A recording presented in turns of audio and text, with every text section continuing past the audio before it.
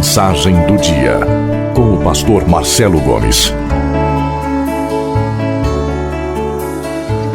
Boa noite, irmãos e irmãs. Que a graça e a paz do Senhor estejam sobre as suas vidas. Quero convidar vocês a abrirem suas Bíblias comigo em Isaías capítulo 6, do primeiro verso até o verso de número 12. Isaías capítulo 6, do primeiro verso até o verso de número 12. Diz assim a palavra do Senhor. No ano em que o rei Uzias morreu, eu vi o Senhor assentado num trono alto e exaltado, e a aba de sua veste enchia o templo. Acima dele estavam serafins, cada um deles tinha 6 asas. Com 2 cobriam o rosto, com 2 cobriam os pés, com 2 voavam. E proclamavam uns aos outros: Santo, Santo, Santo é o Senhor dos exércitos. A terra inteira está cheia da sua glória. Ao som das suas vozes, os batentes das portas tremeram, e o templo ficou cheio de fumaça. Então gritei: ai de mim, estou perdido, pois sou um homem de lábios impuros, e vivo no meio de um povo de lábios impuros. Os meus olhos viram o Rei, o Senhor dos exércitos. Logo um dos serafins voou até mim, trazendo uma brasa viva que havia tirado do altar com uma tenaz. Com ela tocou a minha boca e disse: veja, isto tocou os seus lábios. Por isso a sua culpa será removida e o seu pecado será perdoado. Então ouvi a voz do Senhor conclamando: quem enviarei? Quem irá por nós? E eu respondi: eis-me aqui, envia-me. Ele disse: vá e diga a este povo: estejam sempre ouvindo, mas nunca entendam. Estejam sempre vendo e jamais percebam. Torne insensível o coração deste povo, torne surdos os seus ouvidos e feche os seus olhos. Que eles não vejam com os olhos, não ouçam com os ouvidos e não entendam com o coração, para que não se convertam e sejam curados. Então eu perguntei: até quando, Senhor? E ele respondeu: até que as cidades estejam em ruínas, sem habitantes, até que as casas fiquem abandonadas e os campos estejam devastados, até que o Senhor tenha enviado todos para longe e a terra esteja totalmente desolada. E ainda que 1/10 fique no país, esses também serão destruídos. Mas assim como o terebinto e o carvalho deixam o tronco quando são derrubados, assim a santa semente será o seu tronco. Até aqui, louvado seja Deus pela sua palavra, amém? Eu costumo dividir as experiências que nós temos na vida em 3 categorias distintas. A primeira categoria é a categoria dos momentos. As nossas experiências podem ser classificadas como momentos. O momento é a experiência sem importância. O momento é a experiência que passa e não deixa registros na memória. O momento é a experiência sem profundidade e sem significado. O momento à tarde, quando você estava simplesmente assistindo um programa de televisão que nem era muito do seu interesse. Um momento no trabalho em que você está esperando um cliente chegar e ele ainda não chegou. Um momento na escola em que você está vendo o que o professor fala, mas não está prestando muita atenção. Momentos passam.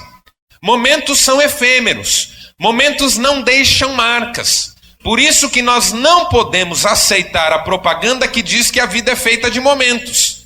A vida não é feita de momentos. Os momentos apenas mostram que a vida está passando, que o tempo é curto. Fernando Pessoa diz: o tempo é curto, a alma é vasta, ter é tardar. E nós precisamos aprender a identificar que a vida está passando. A vida é feita de momentos, mas os momentos não deixam marcas, não são os momentos que glorificam a vida de uma pessoa. Mas a segunda categoria é a categoria do acontecimento, ou dos acontecimentos. Os acontecimentos são momentos que por alguma razão se tornaram especiais. Os acontecimentos são aqueles momentos que por alguma razão vão deixar marcas.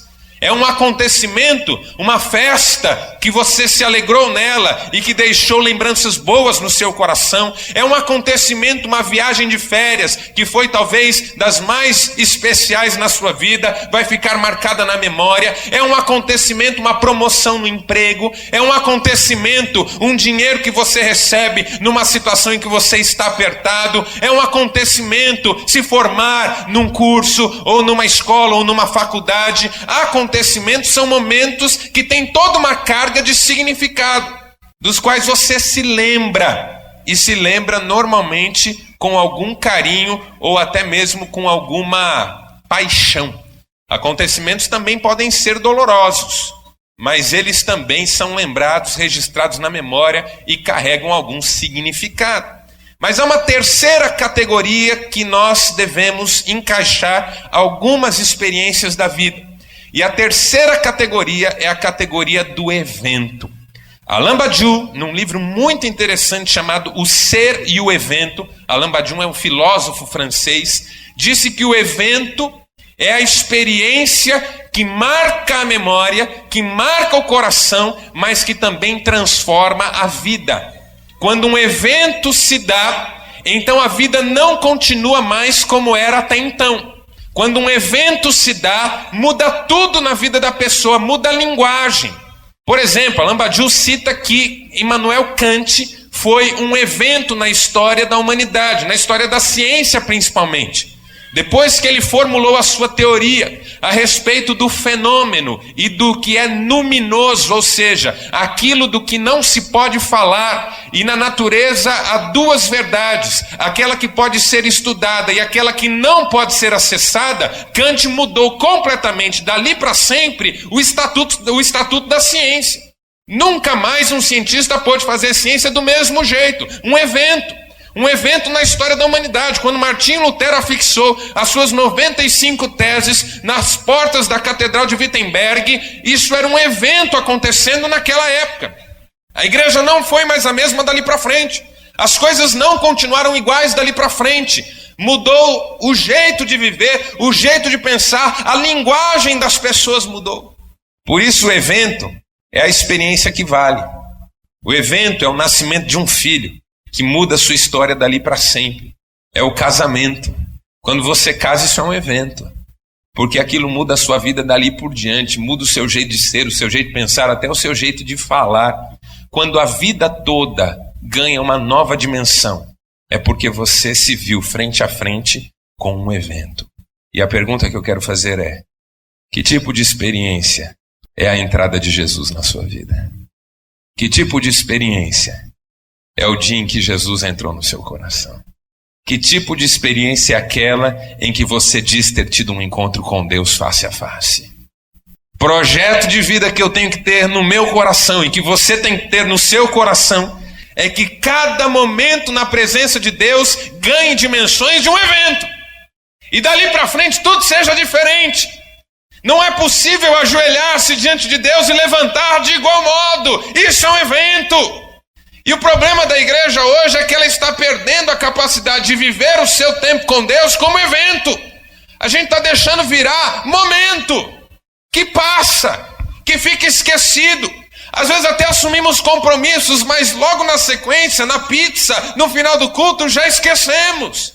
O culto não pode ser momento, meu irmão. E o culto também não é para ser acontecimento. Mas um evento que transforme a sua vida e você não seja mais o mesmo, em nome de Jesus. Quando o Espírito Santo toca o nosso coração, é um evento. E nós não podemos ficar indiferentes. O que aconteceu na vida de Isaías, em Isaías 6, foi um evento. Mudou a história de Isaías. Mudou a linguagem de Isaías. Mudou o jeito de pensar de Isaías. Isaías capítulo 6 é a história da vocação de Isaías para uma nova fase ministerial profética. Isaías que já era profeta e era profeta da corte. Eu não sei quantos sabem disso, mas Isaías era um profeta que trabalhava dentro da corte do rei Uzias, e dizem os historiadores que ele poderia ser primo do rei Uzias. E aí você imagina o que significa dizer no ano da morte do rei Uzias. Toda a estabilidade, toda a segurança de Isaías estava desmoronando. Tudo aquilo que Isaías tinha como certo, de repente estava transtornando. Isaías não era mais, ou não podia mais, apegar-se à sua função, ao seu posto, ao seu cargo e às coisas como elas eram até então. Uzias estava saindo. E a chegada de um novo rei é sempre muito complicado. Você sabe que na história de Israel e de Judá, as sucessões foram sempre muito complicadas. Davi foi um excelente rei, mas Salomão conseguiu emporcalhar muita coisa. Trouxe idolatria para as terras de Israel. Mas mesmo assim, Salomão teve bons períodos no seu reinado. Mas depois que ele morreu, seu filho não conseguiu reinar no seu lugar, houve uma divisão do reino e os seus sucessores terminaram de emporcalhar o que já estava complicado. Isaías estava com o seu cargo em risco e às vezes até com a cabeça a prêmio, porque muitos reis matavam os profetas, porque não queriam ouvir o que eles tinham para dizer. Veja a situação de Isaías. E se você ler Isaías do primeiro capítulo ao capítulo 5, você vai descobrir que a palavra que Deus começa a dar para Isaías é uma palavra dura. Ela se repete no texto que nós lemos, quando Deus fala de um tempo em que as coisas ficariam muito difíceis para Judá. Porque os judeus seriam entregues nas mãos de um povo estranho e seriam levados para longe e a terra ficaria desolada. O mundo que Isaías conhecia estava em colapso.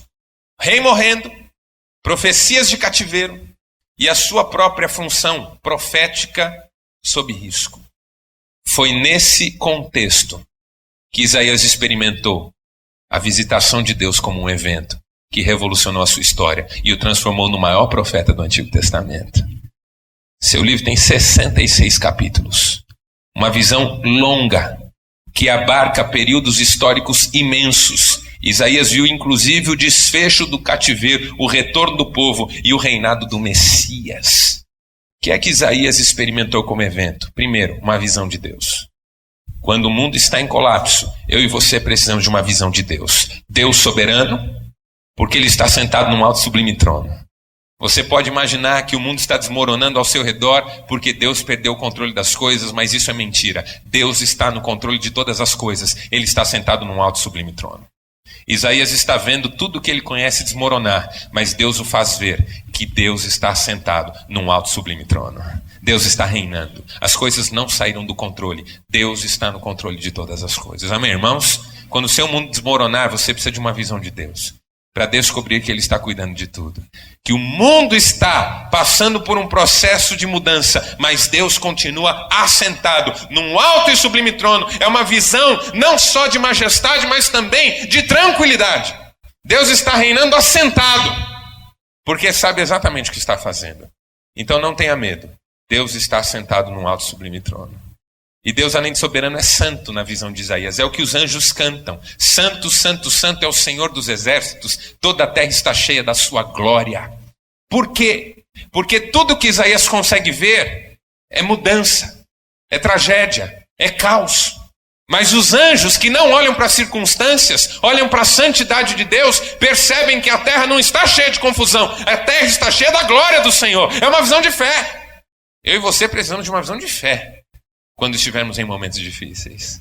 Isaías tem uma visão de anjos cantando: a terra não está cheia de bagunça, a terra está cheia da glória do Senhor. E por que santo, santo, santo? Porque a provação, a fúria, a tragédia, o cativeiro tem a ver com o pecado que precisa ser disseminado, porque Deus não está contente com o mundo distante dele. Porque Deus é santo, que às vezes a sua vida é desestabilizada, para você reconhecer a santidade de Deus e voltar para o caminho. Deus é santo, irmãos. E se para nos levar de volta para a sua presença e para um quebrantamento de coração Ele precisar desestabilizar a nossa vida, que Ele o faça em nome de Jesus. Porque é melhor ser salvo, embora em meio a sofrimentos, do que ir para o inferno com um sorriso no rosto. E nós estamos aqui para que o Senhor nos trate, amém? Para que Ele nos cure, para que Ele nos liberte, para que Ele nos restaure, para que Ele nos transforme. Desestabiliza a minha vida, Senhor, se for para eu chegar mais perto de Ti. Agora, irmão, toma juízo e não fica esperando o sofrimento chegar para se quebrantar, não. Se quebranta agora. Eu acho que vai facilitar as coisas.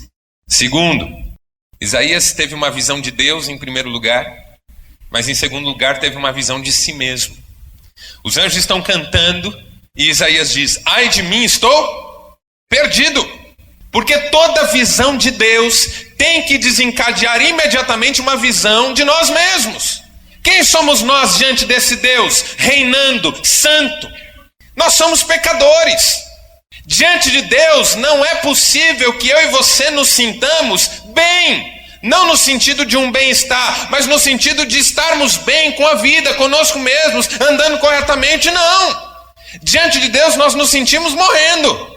Diante de Deus nós nos sentimos os mais sujos dos pecadores. Pedro, diante da pesca maravilhosa, diz para Jesus: aparta-te de mim, porque eu sou um pecador.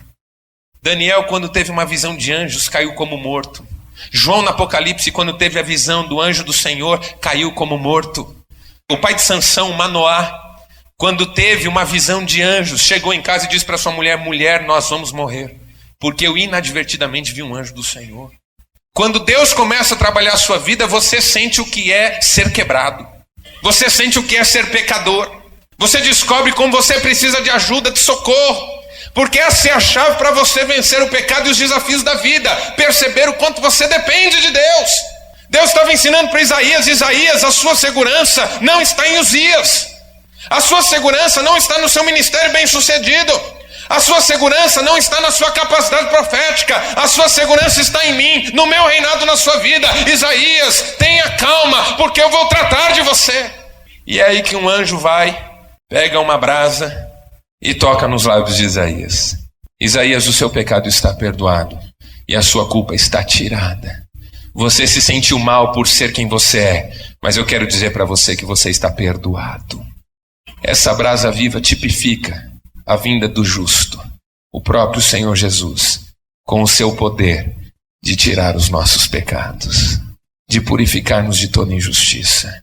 Por isso o apóstolo João diz: se dissermos que não temos pecado, somos, e a verdade não está em nós. Mas se confessarmos os nossos pecados, Ele é fiel para nos perdoar os pecados e nos purificar de toda a injustiça.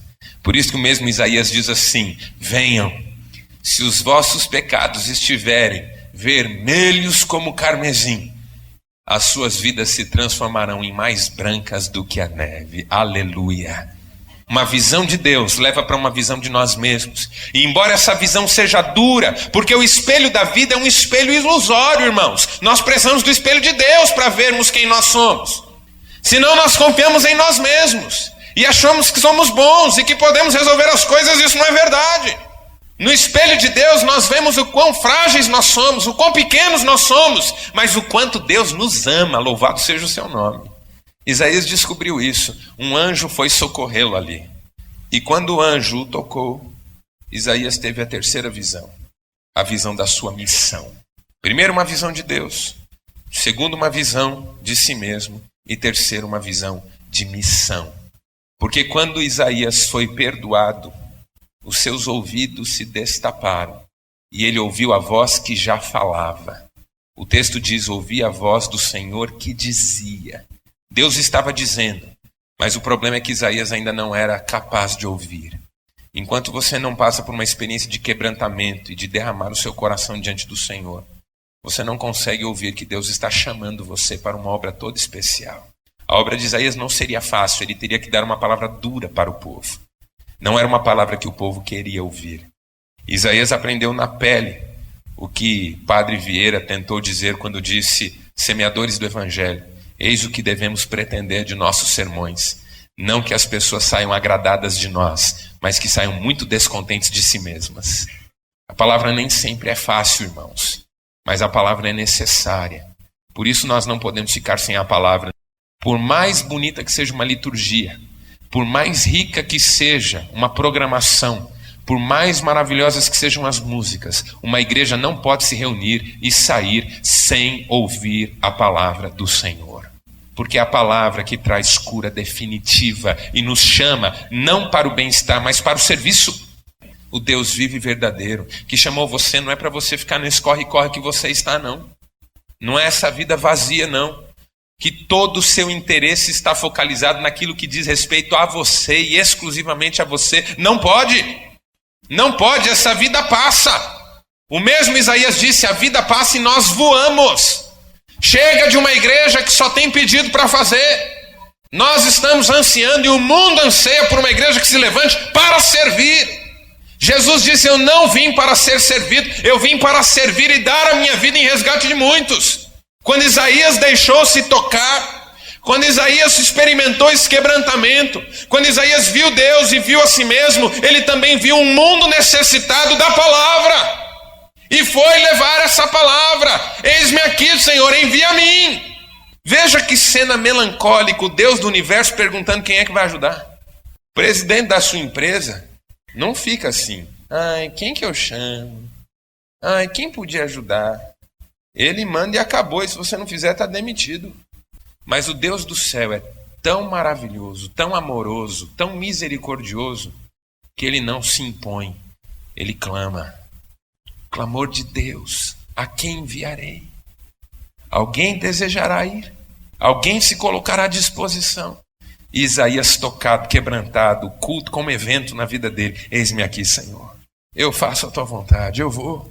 Eu não sou digno, eu sou um homem de lábios impuros que habito no meio de um povo de impuros lábios, mas se o Senhor me perdoou nessa noite, eu vou. E eu sei que o Senhor vai me usar.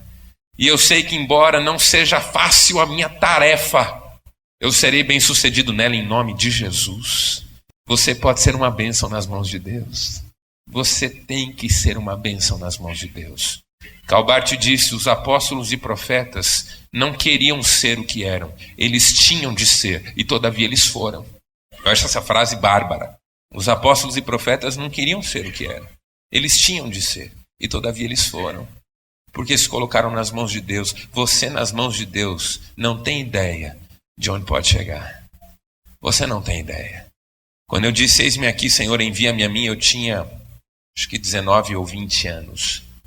Eu estou com 33 e eu não tinha ideia que Deus me usaria como está me usando. Eu não tinha ideia. Eu dizia: Senhor, se o Senhor quiser humilhar a minha vida, pode humilhar. Eu só quero te servir. Se eu tiver que ter um ministério difícil, problemático, complicado, eu topo, desde que o Senhor vá à minha frente. E Deus só tem me dado bênçãos. Deus só tem me dado vitórias. Sem lutas, não, porque não há vitória sem luta. Mas cada luta vira um testemunho de bênção de Deus. C.S. Lewis disse que não é a felicidade tranquila que glorifica o passado, mas a alegria momentânea. Você entende essa frase? Não é a felicidade tranquila que glorifica o passado. Quando você olha para trás, não é aquele dia no sofá que o telefone nem tocou que faz o seu passado uma bênção. Embora seja bom esse dia, não é? Ou um dia de sofá, hein? Nem o telefone toca. Aí você diz para a esposa: você desligou o telefone? Bem, não, deixei ligado. Puxa, que bênção hoje. Nem o telefone tocou. Esse dia foi muito bom para você. O dia da pescaria. Esses dias eu pesquei pela primeira vez em quase 20 anos. E descobri que a minha mulher pesca melhor do que eu. Não é esse dia que glorifica o meu passado. Sabe que dia que é? O dia da alegria momentânea. O dia em que eu precisei e Deus me socorreu. O dia em que as coisas pareciam que iam estourar e Deus veio com graça. O dia em que as coisas pareciam que não iam ter jeito e Deus fez um milagre. Quando eu olho para trás, não é a felicidade tranquila que glorifica o meu passado, mas a alegria pontual, momentânea, daquilo que eu lembro e digo: Deus fez um milagre.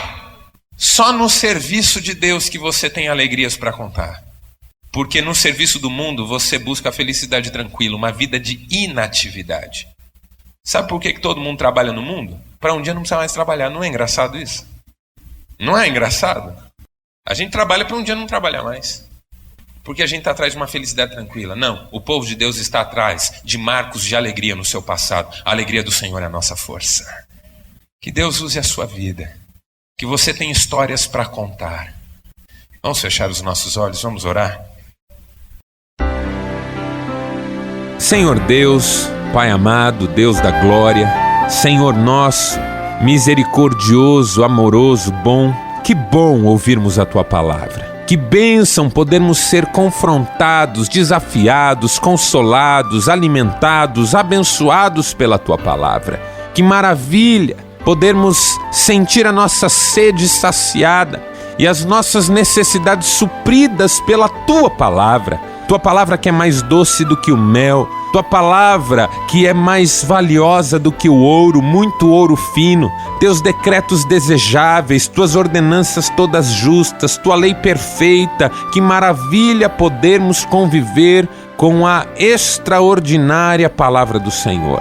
De forma que a nossa oração agora, ó Deus, é para que o Senhor nos ajude a colocar em prática a Tua palavra. Tua palavra precisa descer ao nosso coração, às nossas entranhas, fazer com que todo o nosso organismo viva uma nova dinâmica em função da Tua palavra e que a nossa vida glorifique o Teu nome, Senhor, o nome do Teu Filho Jesus, para que as pessoas olhem para nós e consigam perceber em nós, nas nossas vidas, esses ensinamentos da Tua palavra. Fica conosco, ó Deus. Obrigado por esta hora. Nós louvamos o Teu nome, em nome de Jesus Cristo. Amém.